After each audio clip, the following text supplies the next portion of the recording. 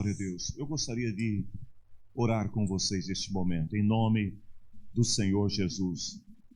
Obrigado, Deus, porque nesta noite nós temos oferecido ao Senhor a nossa adoração através destas canções. E nós cantamos, Senhor, desejando que os céus se abram nesta noite sobre esta casa, sobre a vida dos teus filhos que se encontram aqui reunidos, e que esta glória, Senhor, se estenda sobre cada pessoa que está nos assistindo neste momento. Espírito Santo, que conhece os nossos corações, os nossos pensamentos, nossos sentimentos, e sabe o que cada um precisa nesta noite ouvir e receber de ti. Eu peço ao Espírito Santo, usa a minha vida, tens a liberdade, ó Espírito Santo, para reger a minha vida, as minhas palavras, para falar, Senhor, à tua igreja, a tua santa e preciosa palavra, e que esta palavra possa trazer sobre cada um de nós bons resultados, que sejamos despertos, Senhor, que sejamos curados, que sejamos renovados, Senhor, e que aqueles que ainda não experimentaram a graça preciosa de Jesus Cristo, venham, Senhor, neste dia ter um encontro contigo, Senhor, e recebê-lo em seus corações. É o que eu desejo em nome de Jesus Cristo. Amém. Graças a Deus. Podemos assentar, meus amados irmãos. Quero convidar vocês para abrirmos a palavra do Senhor no livro de Efésios. Efésios capítulo 5, do verso 15 até o verso 20. Efésios, capítulo 5, versículo 15 até o 20. Você que está em casa também, se puder, nos acompanhe nesta leitura bíblica. Diz assim: portanto, prestem atenção na sua maneira de viver. Não vivam como os ignorantes, mas como os sábios. Os dias em que vivemos são maus. Por isso, aproveitem bem todas as oportunidades que vocês têm. Não hajam como pessoas sem juízo, mas procurem entender o que o Senhor quer que vocês façam. Não se embriaguem, pois a bebida levará vocês à desgraça, mas encham-se do Espírito de Deus. Animem-se uns aos outros com salmos, com hinos, canções espirituais.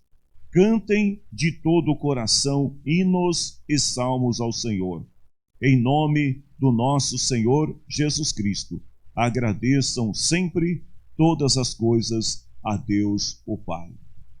Queridos, eu gostaria, na verdade, eu li todos estes versículos, mas o tempo não permite comentar cada um deles com maior profundidade.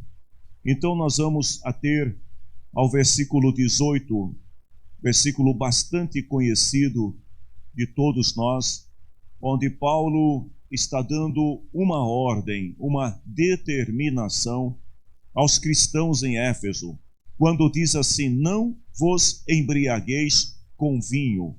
Na versão que nós acabamos de ler diz: não se embriaguem, pois a bebida levará vocês à desgraça, mas encham-se ou enchei-vos do Espírito Santo.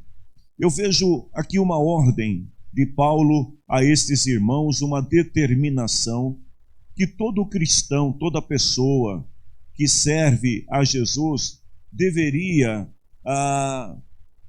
buscar em Deus, deveria atentar para o que esta palavra está dizendo e procurar se encher do Espírito Santo.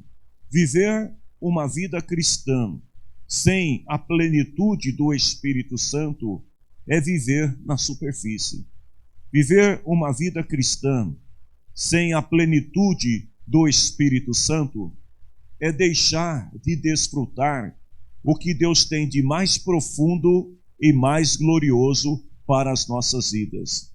Mas a pergunta que todos nós devemos fazer constantemente é: eu estou cheio do Espírito Santo? Ou, se você não se sente cheio do Espírito Santo, como fazer para ser cheio do Espírito Santo? Primeiro, devemos entender que não existe uma fórmula, um método único e absoluto que deva ser aplicado por todos os cristãos, ou seja, se você fizer assim ou desse tal jeito, você será cheio do Espírito Santo. Não existe um método único e absoluto. Na verdade, se nós atentarmos para o início da história da igreja, para os primeiros cristãos, nós vamos ver que todos eles eram cheios do Espírito Santo. E ser cheio do Espírito Santo para aqueles irmãos era algo comum, fazia parte da vida cristã. Toda pessoa que aceitava a Cristo naquele tempo, que se convertia ao Evangelho, naturalmente, eles já eram cheios do Espírito Santo, era uma coisa comum. Os cristãos começavam a orar e o Espírito Santo enchia todos. Os cristãos começavam a cantar e o Espírito Santo enchia todos. Os cristãos começavam a falar do amor de Jesus, a interceder, como nós vimos aqui Paulo falando, cantando, lendo salmos, testemunhando, e o Espírito Santo vinha com plenitude e enchiam todos aqueles cristãos. Ou seja, era algo comum. A plenitude, a manifestação dos dons espirituais na vida daqueles cristãos. Mas eu penso que hoje, muitos cristãos estão em busca de descobrir métodos, jeitos, meios para ser cheio do Espírito Santo. E o que a gente percebe é que muitos estão vivendo, na verdade, numa escassez espiritual muito grande. Há, queridos irmãos, uma necessidade urgente de que os cristãos sejam cheios do Espírito Santo. Eu estava vendo, ou melhor, lendo esta semana, uma matéria onde dizia o seguinte, que nos Estados Unidos, e eu penso que isso também se aplica aqui ao Brasil, no início da pandemia, os cristãos, em sua maioria, passaram a assistir os cultos online, porque os cultos presenciais estavam suspensos. Alguns meses depois, foi feita uma pesquisa e descobriram que 2/3 dos cristãos não estavam mais assistindo os cultos virtuais e também não estavam indo nos cultos presenciais de suas igrejas. Ou seja, depois de alguns meses, alguns cristãos simplesmente perderam o interesse em prestar um culto, em oferecer uma adoração ao Senhor, mesmo que fosse a partir de seu lar, numa reunião virtual.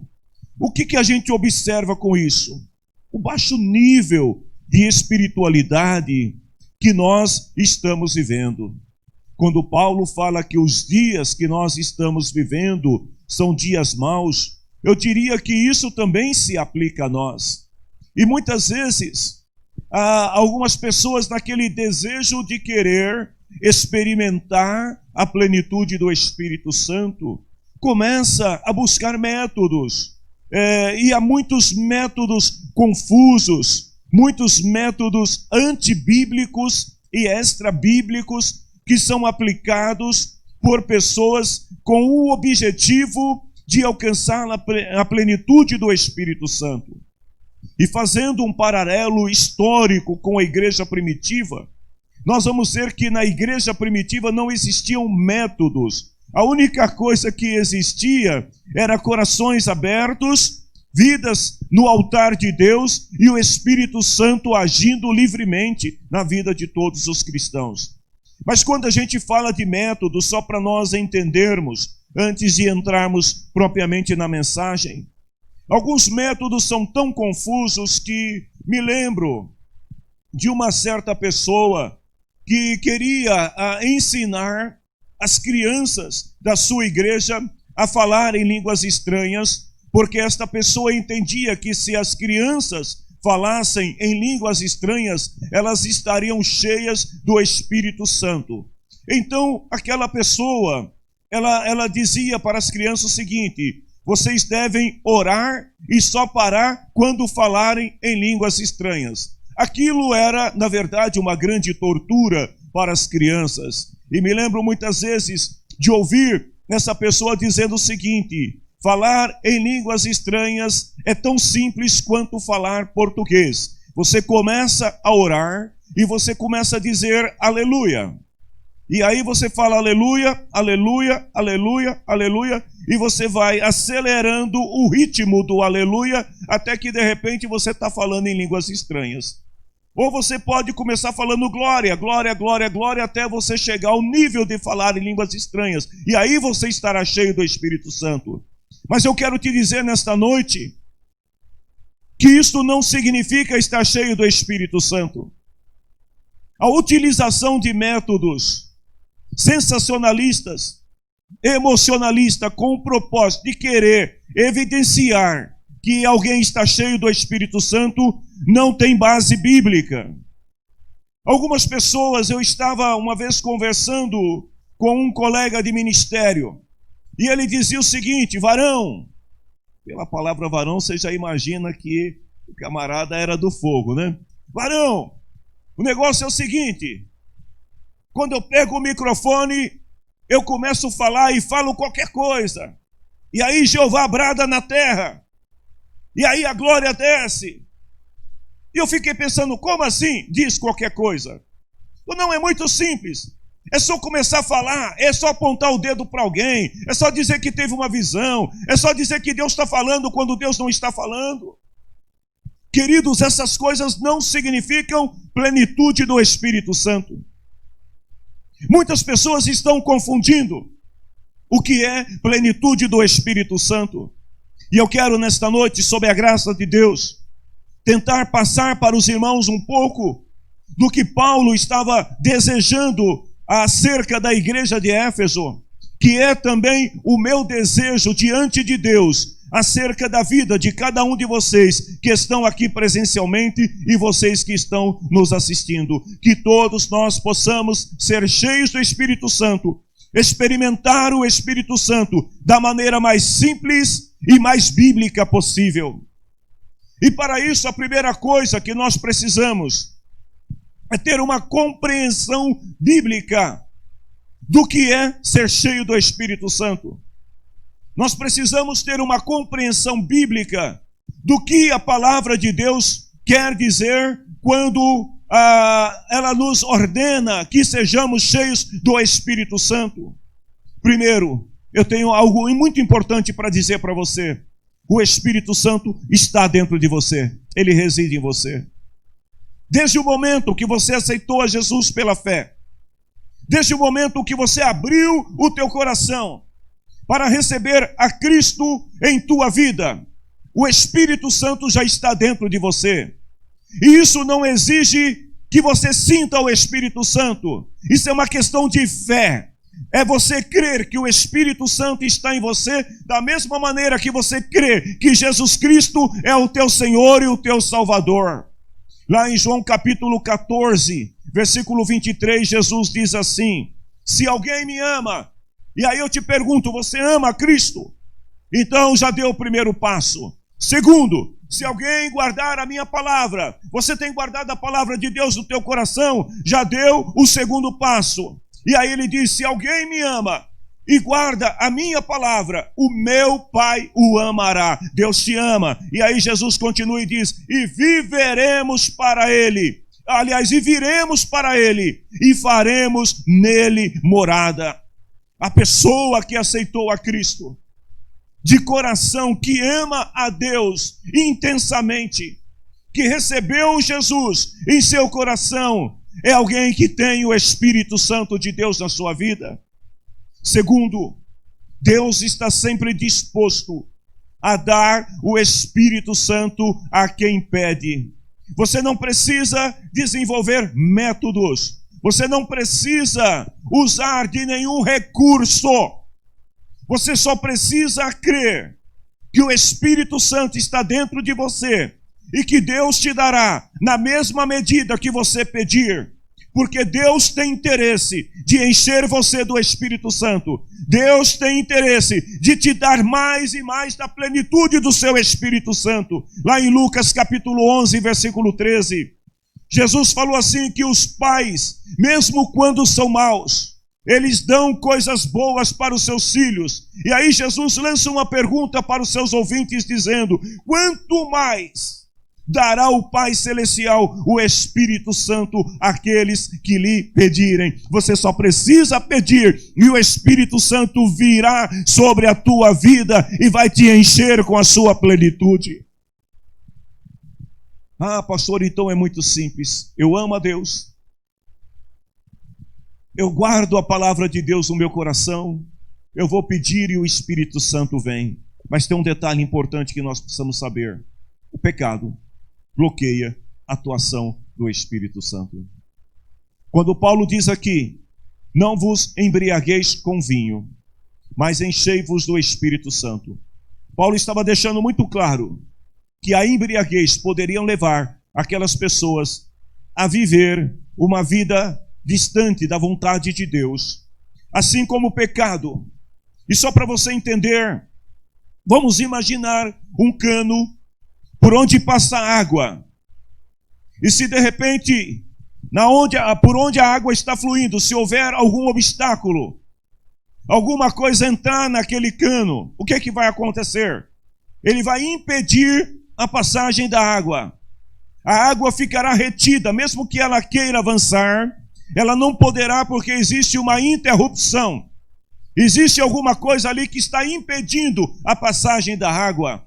Assim também é o pecado em relação ao Espírito Santo. Se nós não entendermos isso, não tivermos uma compreensão bíblica de que o pecado pode impedir a ação do Espírito Santo, deixaremos de desfrutar da sua plenitude. Efésios capítulo 4, versículo 30. Não entristeçais o Espírito de Deus, no qual estáis selado para o dia da redenção. O Espírito Santo quer fluir através das nossas vidas. Ele quer dominar todas as áreas das nossas vidas. Mas para isso nós temos que tirar qualquer obstáculo, qualquer barreira que venha impedir o Espírito Santo de fluir livremente através de nós. Queridos, a pessoa que aceita Cristo precisa compreender isso. Você e eu temos dentro de nós duas naturezas. A velha natureza, quando você aceitou a Jesus e você sufocou ela com a graça de Deus que veio sobre você, mas essa velha natureza continua aí. Ela não te deixou. Todos nós temos duas naturezas. A velha natureza e temos a nova natureza espiritual, que é a presença de Deus em nossa vida. A natureza humana, a natureza velha, ela vai sempre tentar nos conduzir à morte espiritual, vai sempre tentar nos conduzir ao distanciamento das coisas de Deus.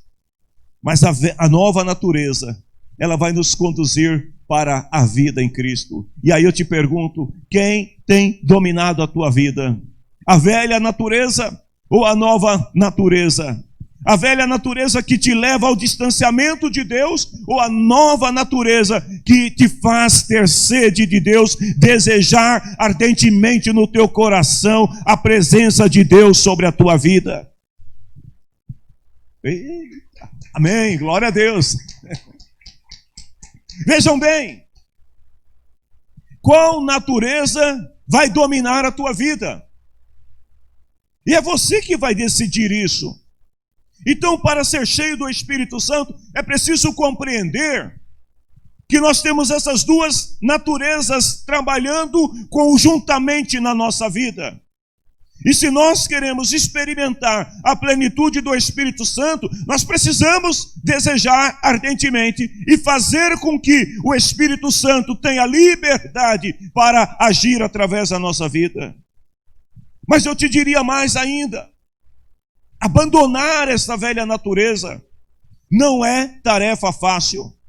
Tem muita gente que acha que o simples fato de aceitar a Cristo no coração e se declarar um cristão vai te livrar desta velha natureza. Não vai, porque ela está em você.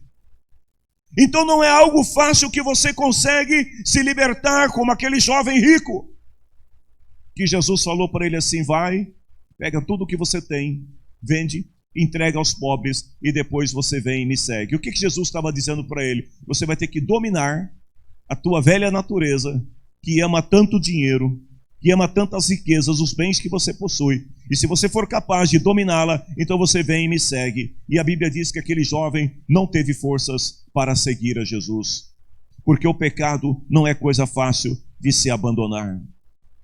Outro sim, o pecado que causa o esfriamento espiritual e que nos distancia da plenitude do Espírito Santo, ele também causa cegueira espiritual. Queridos, e é muito fácil você confrontar, é muito fácil você tentar vencer o pecado que você vê. Vamos imaginar se nós pudéssemos ver todas as formas de pecado na sua forma física como ele é, seria muito fácil de vencer. Mas na verdade, existem pecados que são visíveis, e estes são mais fáceis de serem dominados, mas existem também pecados que são invisíveis, e romper com esses padrões se torna mais difícil, porque aquilo que é invisível, muitas vezes, é mais ofensivo, é mais danoso do que aquilo que você pode ver. Cantares capítulo 2, versículo 15 diz assim: apanhai-me as raposas e as rapozinhas que fazem mal às vinhas, porque as vinhas estão em flor. Vejam bem que o autor sagrado está dizendo: a sua preocupação em relação aos cuidados com a sua vinha não dizia respeito apenas às grandes raposas que podiam ser vistas e que poderiam ser identificadas, que poderiam ser eliminadas com mais facilidade. Ele diz assim: é preciso também tomar cuidado com as rapozinhas. O pecado invisível é o mais danoso, é o mais pernicioso e é o que mais afasta as pessoas do propósito de Deus e rouba a comunhão do Espírito Santo de Deus na vida da pessoa. Alguns exemplos. Por exemplo, aqui a administração do tempo. Como você administra o seu tempo no dia a dia. O tempo que você dedica a Deus. O tempo que você dedica às coisas seculares. Aí alguém vai dizer assim: pastor, mas eu trabalho 10 horas por dia, não tenho tempo para dedicar a Deus. Você sabia que o trabalho pode ser também uma forma de culto a Deus? Porque enquanto você está trabalhando, a Bíblia diz assim: tudo o que você faz, você não deve fazer como que para agradar as pessoas, mas você faz para agradar a Deus. Então, enquanto você está trabalhando, você pode estar adorando a Deus, você pode estar prestando um louvor a Deus, desde que o teu coração esteja voltado para Deus. Senhor, eu estou fazendo isso e quero te agradecer, porque o Senhor me abriu uma porta. Eu quero te agradecer porque o Senhor me deu saúde para fazer. Eu quero te agradecer, Senhor, porque estou trabalhando. É uma forma de culto. Às vezes, a administração do tempo nos leva a se distanciar de Deus. Os nossos recursos, o estilo de vida que nós levamos, o abuso dos dons espirituais, porque os dons são presentes que Deus dá à igreja para serem usados em benefício da igreja do Senhor, para trazer o crescimento, o desenvolvimento espiritual da igreja. Os dons foram dados por Deus para serem usados em favor do seu reino. E se nós abusarmos desses dons, querendo usá-los em benefício próprio, em proveito próprio, nós estaremos entristecendo o Espírito Santo. A vaidade dos elogios, os relacionamentos familiares, com amigos, com a igreja, tudo isso pode causar interferência na nossa comunhão com Deus. Pecado causa cegueira espiritual. Mas um detalhe que pode afastar essa plenitude de nós: o pecado, ele provoca desânimo, ou seja, a insubmissão à vontade de Deus. O fato de nós não queremos aceitar os princípios que são estabelecidos pela palavra de Deus pode gerar um desânimo espiritual que por fim vai gerar a morte espiritual e o total afastamento de Deus. Um certo escritor, eu não sei o nome do escritor, mas eu estava lendo esta frase recentemente, que dizia o seguinte: o desânimo é a tentação mais perigosa que o inimigo da salvação dos homens costuma usar em sua obra. O desânimo. O diabo, ele usa o desânimo como uma ferramenta para afastar as pessoas de Deus. No desânimo, diz ele, ataca-se a todos e depois esconde-se. Nas outras tentações, geralmente ele ataca uma virtude em particular. Nas outras formas do inimigo atacar, dele tentar alguém, ele geralmente ataca numa área específica. Mas o desânimo, ele costuma atacar em todas e geralmente ele não é visto. O seu momento de adoração, estou cansado. Ah, Senhor, agora não dá, depois eu vou orar. Depois eu dedico um tempo para o Senhor, mas agora não dá. O desânimo, muitas vezes, ele acaba atuando de forma também invisível. Você não percebe, mas aos poucos, eu diria que o desânimo, a gente poderia comparar a vida cristã a um grande balde cheio de água. E de repente um pequeno furinho ali que vai esvaindo a água, que vai saindo, não sai de uma vez. E aí se a pessoa não tomar o cuidado e for lá e perceber que tem vazamento e fechar aquele buraquinho, vai demorar talvez um dia, uma semana, um mês. Mas vai chegar uma hora que você vai olhar para aquele balde e ele vai estar vazio. Assim também é o desânimo na vida do crente. O desânimo é uma tentação perigosa. E nós precisamos ser cheios do Espírito Santo. E para ser cheio do Espírito Santo precisamos tapar essas rupturas que podem nos afastar de Deus. Lá em 2 Coríntios 4:8, Paulo fala assim: em tudo somos atribulados, mas não angustiados, perplexos, mas não desanimados. Quem está firme com Jesus, quem tem a plenitude do Espírito Santo, não se deixa abater pelo desânimo. Se você percebe que está vazando, está tendo um esfriamento espiritual em alguma área, você corre ali e já começa a orar ao Senhor e fala: Senhor, alguma coisa não está bem aqui. E você já vai lá e já dá um jeito de eliminar o problema. Nós precisamos do Espírito Santo para chegar à pátria celestial. Quem quer ir para o céu aqui? Eu também quero. Eu desejo. Eu não tenho tanta pressa por amor de vós, mas eu espero um dia chegar lá também. Todos nós desejamos um dia entrar nas mansões celestiais. Mas para isso nós precisamos do Espírito Santo. Igreja sem o Espírito Santo é um clube de religiosos, de gente que lê a Bíblia, que gosta de praticar o que está escrito na Bíblia e nada mais do que isso. Nós jamais compreenderemos o pecado em toda a sua dimensão. Todos os dias, queridos, o inimigo das nossas almas vai desenvolver novas formas de fazer-nos errar. Todo dia, o diabo ele vai criar novas situações para que você tropece, para que você falhe. Mas você não tem que estar preocupado com isso. O que você precisa entender, o que você precisa compreender é que o Espírito Santo, ele quer habitar na tua vida, ele quer exercer autoridade na tua vida. Ele quer te encher com a sua plenitude e a presença do Espírito Santo vai te ensinar a maneira certa de você viver uma vida que agrada a Deus.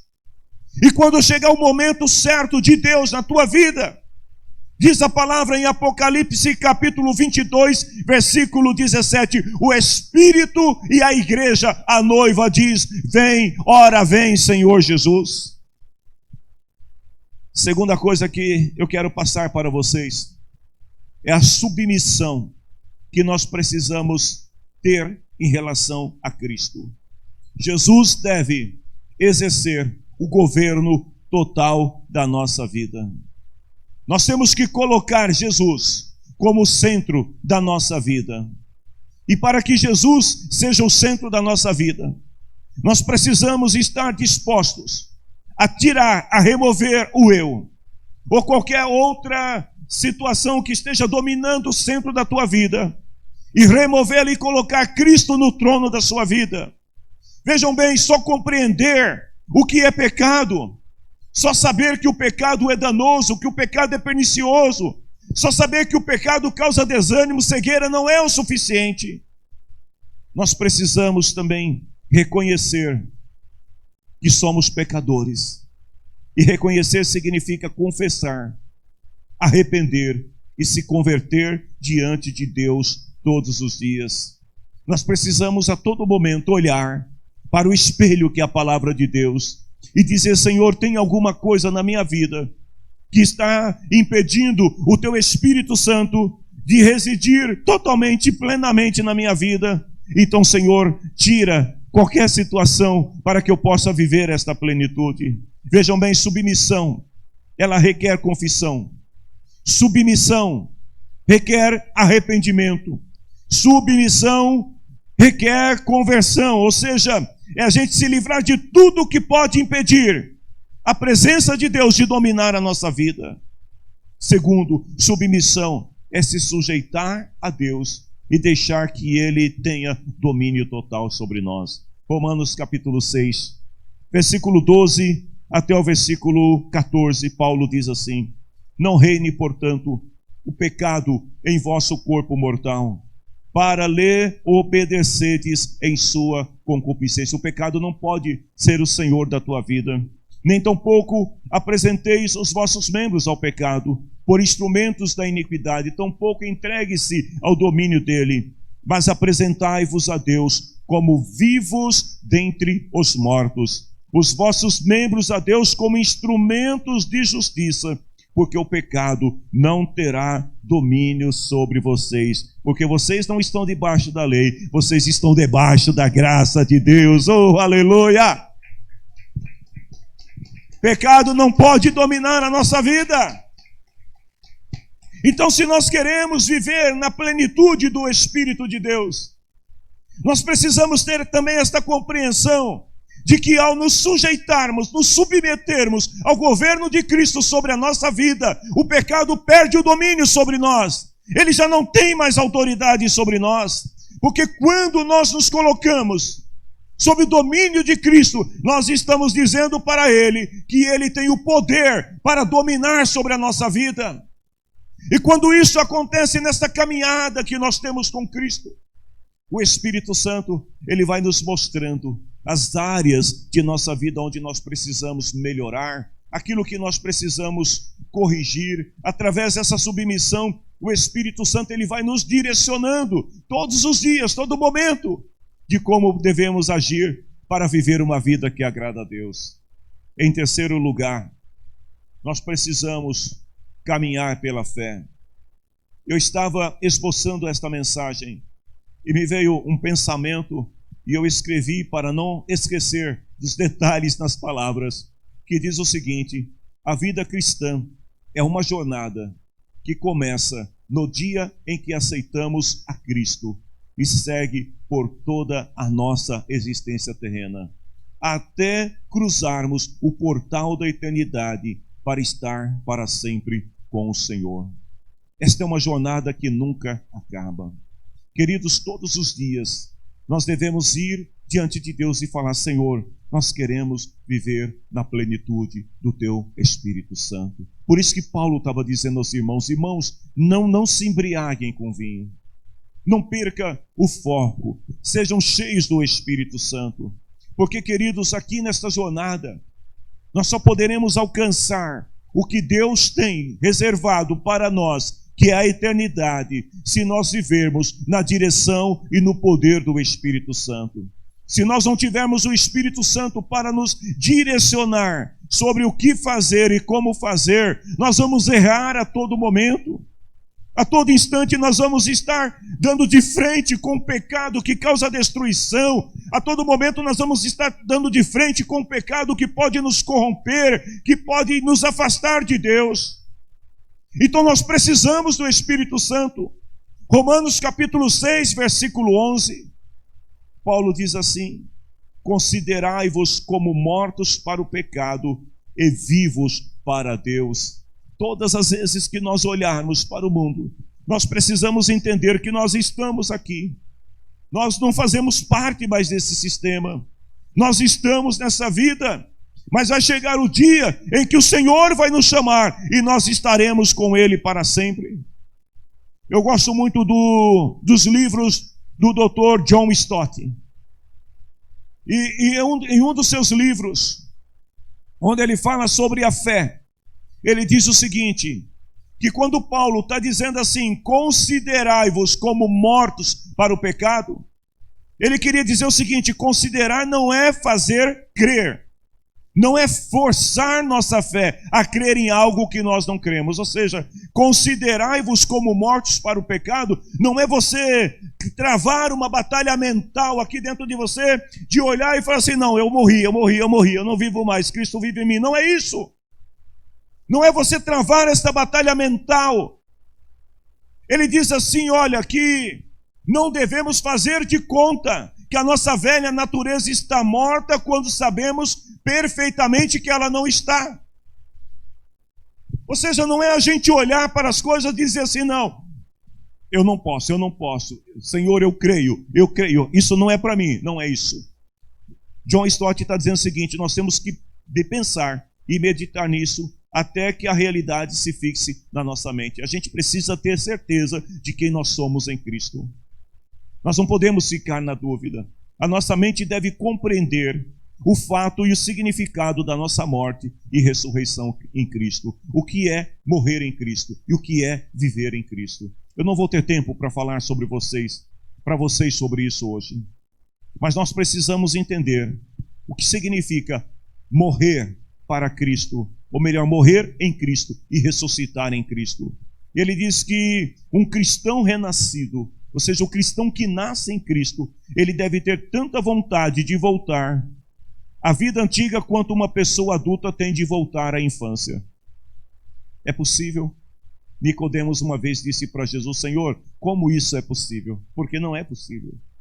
Naturalmente olhando, não é possível o adulto voltar à infância.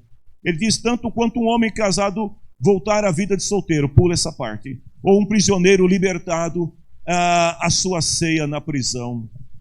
Não tem como voltar atrás. Quem nasceu em Cristo, nasceu para viver uma nova vida em Cristo. E você tem que desejar isso.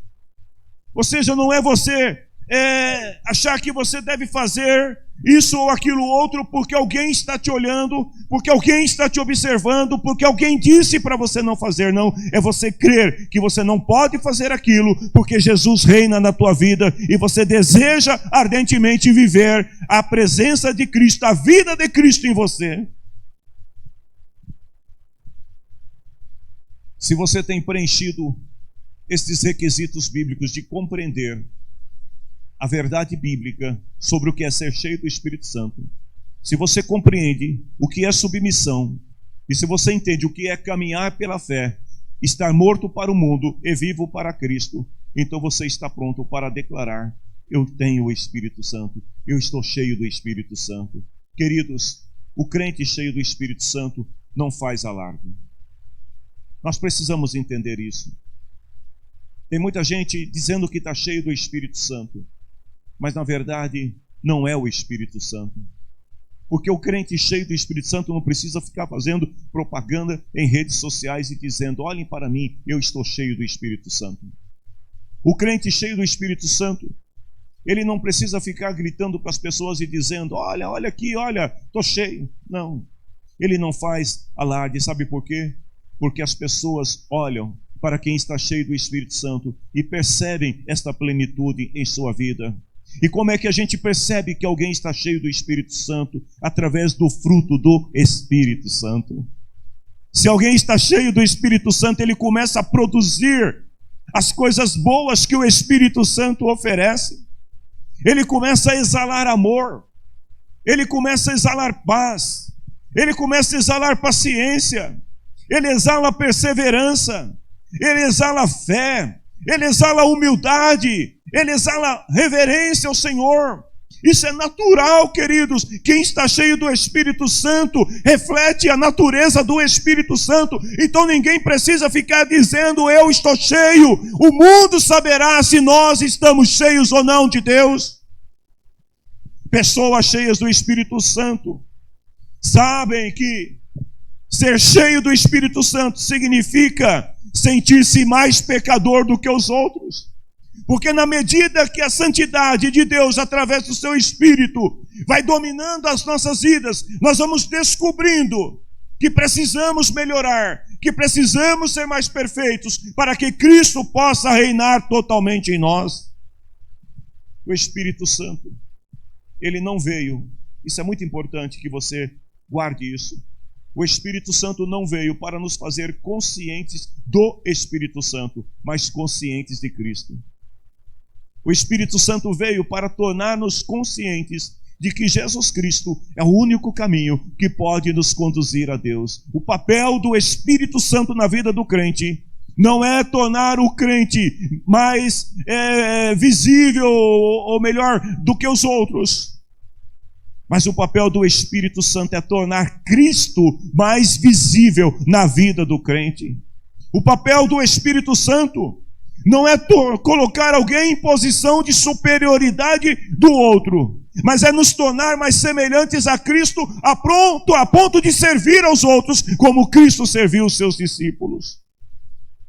2 Timóteo, capítulo 1, versículo 12, Paulo diz assim: é por isso que sofro essas coisas, mas eu ainda mantenho a minha confiança. Olha o que Paulo diz: eu sei em quem tenho crido, e estou certo que Ele é poderoso para guardar até aquele dia aquilo que Ele me confiou.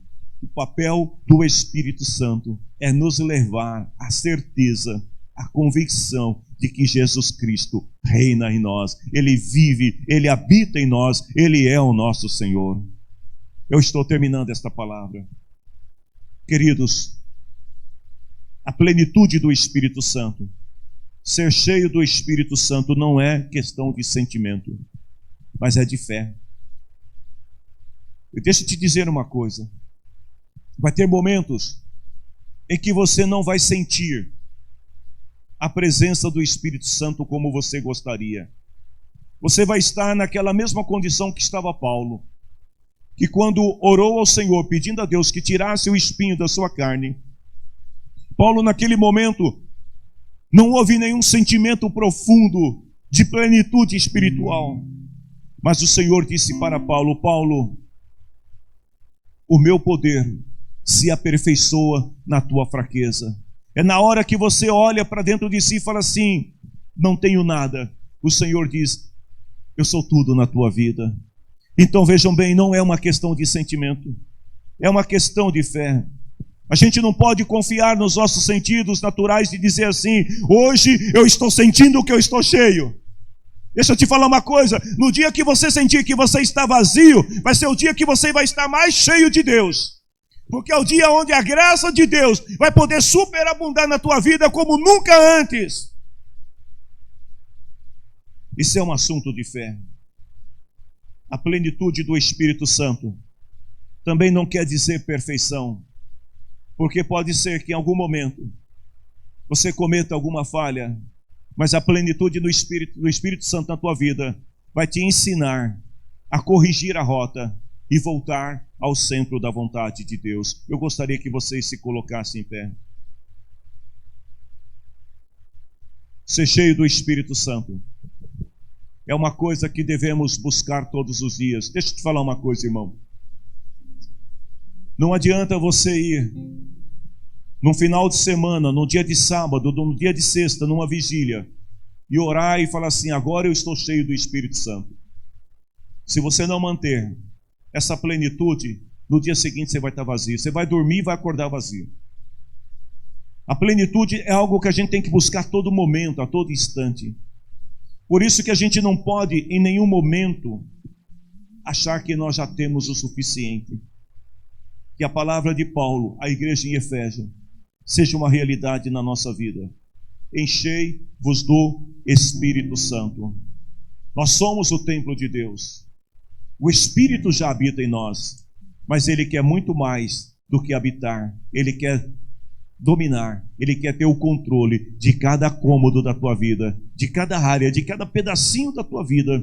Ele quer reger a tua vida para te levar ao centro da vontade de Deus. 3 coisas que eu espero que cada um de vocês que estão aqui e que estão nos assistindo possam levar nesta noite para casa. Primeiro é que a gente precisa compreender o que a palavra de Deus ensina sobre plenitude do Espírito Santo. Segundo é que nós precisamos nos submeter ao governo de Cristo, para que Ele seja o Senhor da nossa vida. Terceiro, nós precisamos caminhar pela fé e permitir ao Espírito Santo que nos ensine cada dia qual é a vontade de Deus para as nossas vidas.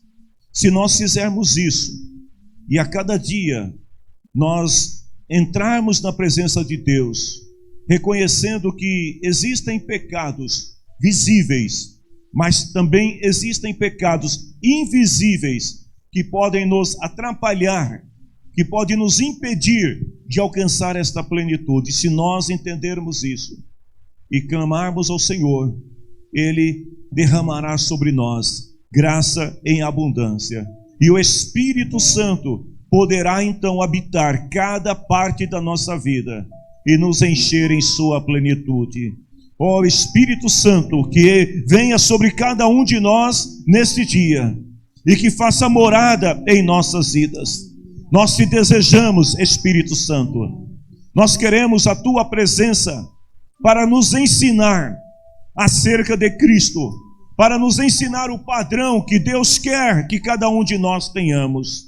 Espírito Santo, nós precisamos da tua presença para mostrar-nos o caminho certo, para nos guiar na direção correta, nos levar ao centro da vontade de Deus. Então vem, Espírito Santo, venha sobre a tua igreja, venha sobre o teu povo, faça morada em nossas vidas.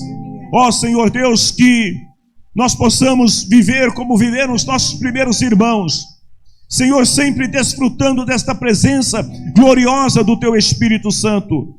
E nos dias e nos momentos, Senhor, em que nós acharmos que estamos vazios, que a tua presença venha nos complementar para o teu louvor e para a tua glória. Eu quero te dizer mais uma coisa nesta noite. Às vezes, no dia que você acha que você tem menos, que você está menos, é o dia que o Espírito Santo mais atua na tua vida. E às vezes, o dia que você acha que não, hoje está bom, é o dia que você não está bem. Eu estava meditando nesta palavra e lembrando que muitas vezes eu estive pregando a palavra do Senhor e teve dia de eu falar assim: Senhor, hoje eu não sei nem o que eu vou falar. Espírito Santo, dá um jeitinho aí. E de repente, aquele foi o melhor dia. Porque na hora que nós achamos que não temos, que não somos, o Espírito Santo vem e nos torna filhos de Deus, servos de Deus, imagem de Cristo. Se você puder, levante a tua mão ao céu. O grande amor de Deus, o nosso Pai, a bênção de Jesus Cristo, que leva saúde até você, até a sua casa neste momento, que traz respostas para a tua vida, e o poder do Espírito Santo que te instrui, que te ensina, que te mostra o caminho da vontade de Deus, reine sempre em tua vida e na tua família. Deus abençoe a todos. Boa noite, povo de Deus.